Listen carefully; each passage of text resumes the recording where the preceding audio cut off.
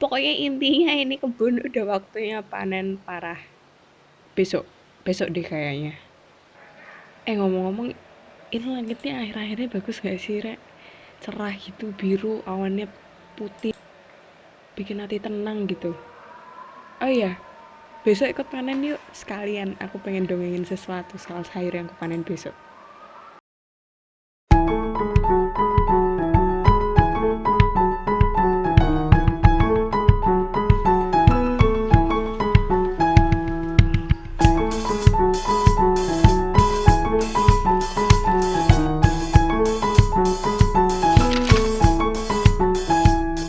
Assalamualaikum. Makasih loh udah mampir ke kebunku. Dan BTW, dari tadi yang kalian lihat itu pokcoy ya, dan pasti kalian udah tahu dan ketebak hari ini bakal panen apa. Oke, kita mulai. Kayak yang kalian lihat tadi, sebenarnya nggak semua sayurku itu bentuknya rapi, cantik, montok, gembel, apalah istilahnya, tumbuh bener-bener maksimal gitu ya. Tapi ini karena berhubung usianya udah usia panen, mau nggak mau harus segera tak panen. Khawatirnya kalau nggak cepet-cepet kepanen, entah makin dimakan serangga lah, atau tambah pahit kali ya. Kayak gitu sih, kalau kita lama nggak panen itu bakal pahit juga sayurnya lama-lama. Pengalaman sih kemarin tuh, makanya hari ini kuputuskan buat panen si pokcoy ini.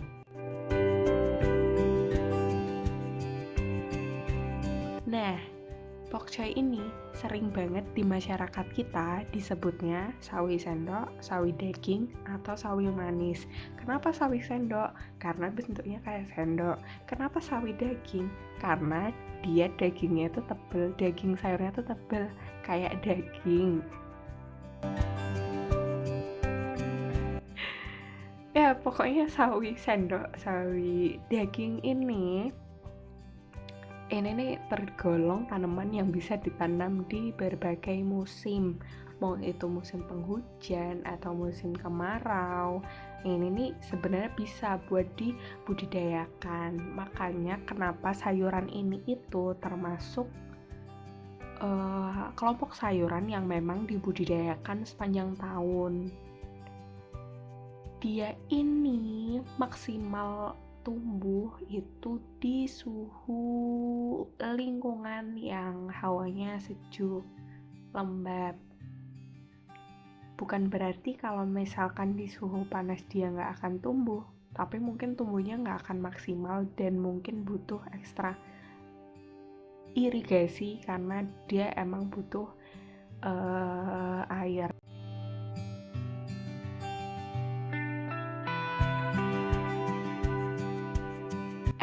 Tapi di sisi lain, tanaman ini juga nggak bisa kalau misalkan dibudidayakan di air yang menggenang. Maksudnya tuh kayak lumpur gitu kali ya, kayak lumpur gitu kan.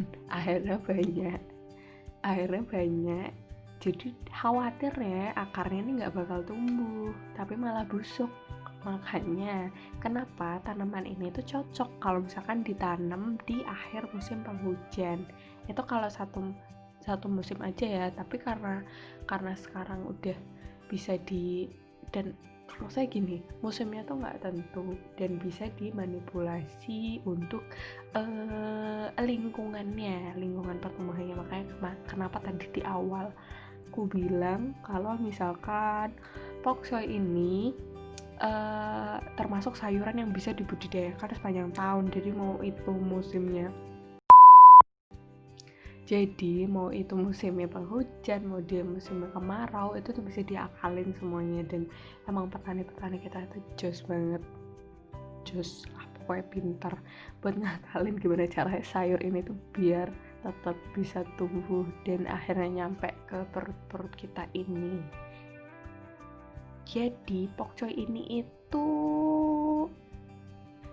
dia aslinya Cina. Dia berasal dari Cina, yang dibawa ke sini itu sekitar abad ke-5.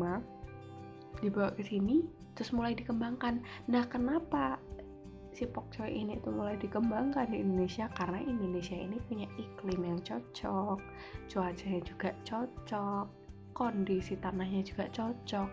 Jadi mulailah si pokcoy ini dibudidayakan dari abad itu gitu. Nah, kalau teman-teman mau nanam sendiri nih, emang butuh kesabaran ekstra, karena dia buat tumbuh aja itu butuh waktu sampai 80 hari, which is itu adalah 2 bulan, mulai dari teman-teman tanam benih sampai dengan tumbuh tuh. Jadi di sela-sela itu teman-teman bisa konsumsi sayur-sayuran yang lain kayak gitu. Oke. Sekarang ngobrolin soal kandungan gizi dari si pokcoy ini. Kalian tahu gak sih kalau pokcoy ini itu termasuk jenis sayuran yang memang padat gizi. Kenapa? Ya karena emang kandungan gizinya ini itu kaya banget, kaya akan zat gizi penting. Dia nggak tinggi energi, nggak tinggi kalori, tapi dia punya zat gizi penting lainnya yang nggak kalah pentingnya buat tubuh, khususnya vitamin A sama vitamin C. Nah, tips buat teman-teman kalau misalkan mau masak si pokcoy ini biar nutrisinya tetap terjaga, nggak hilang begitu aja, jadi tetap dapat nutrisi baik dari bahan makanan yang kalian hasilkan dari kebun kalian. Yang pertama mungkin bisa dikukus, terus yang kedua bisa ditumis, bisa ditambah bakso, jamur, atau udang untuk nambahin proteinnya. Jadi tadi serat, antioksidan dapatnya dari si pokcoy ini, terus ditambah bakso, daging, udang untuk kebutuhan proteinnya. Kemudian yang ketiga bisa juga direbus, terus yang keempat bisa juga dipanggang. Kalau misalkan dipanggang mungkin ditambah ini kali ya, minyak zaitun atau minyak canola gitu. Jadi dipanggang sampai si pokcoynya ini berubah warna dan teksturnya bisa menjadi renyah. Bukan digoreng ya, dipanggang. Pasti enak banget dan kalian bakal ketagihan buat makan sayur.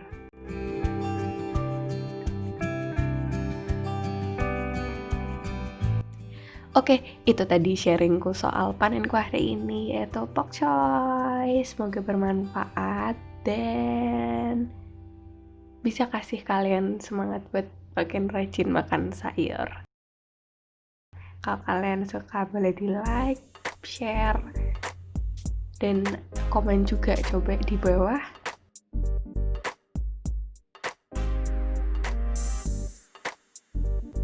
Thank you. And see you in my next experience. Assalamualaikum.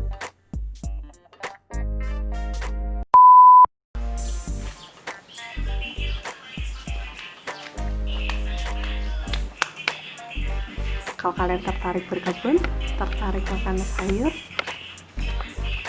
enggak gitu.